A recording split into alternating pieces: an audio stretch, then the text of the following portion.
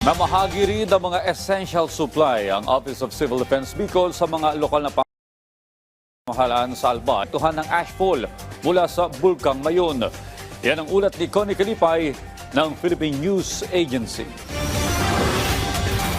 Sinimulan na ng Office of Civil Defense sa Bicol ang pamamahagi ng mga mahalagang supplies sa mga local government units sa lalawigan ng Albay na apektado ng ashfall mula sa aktibidad ng Bulkang Mayon kamakailan.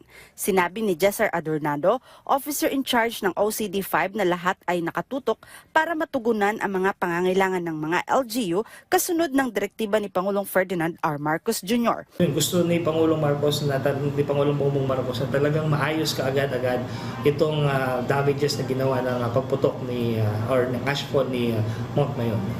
Sinabi ni Adornado na magbibigay ang kanilang tanggapan ng 24,000 bote ng tubig na mayroong 6 na litro kada bote, partikular para sa ginubatan. Sila yung may reported na may problema ang kanilang water source. This is good for 8 days.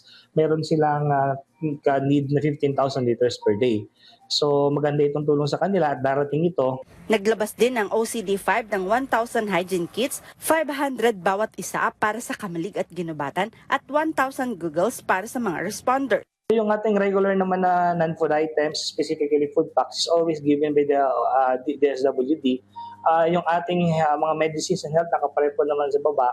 At yung jerry cans, sinagot na lahat na pangangailangan ng DOH, yung needs ng ginubatan. Naapektuhan ng ashfall ang 87 barangay na may humigit kumulang 30,512 pamilya at nasa 102,000 individual. Mula rito sa Albay para sa Integrated State Media, Connie Calipay ng Philippine News Agency.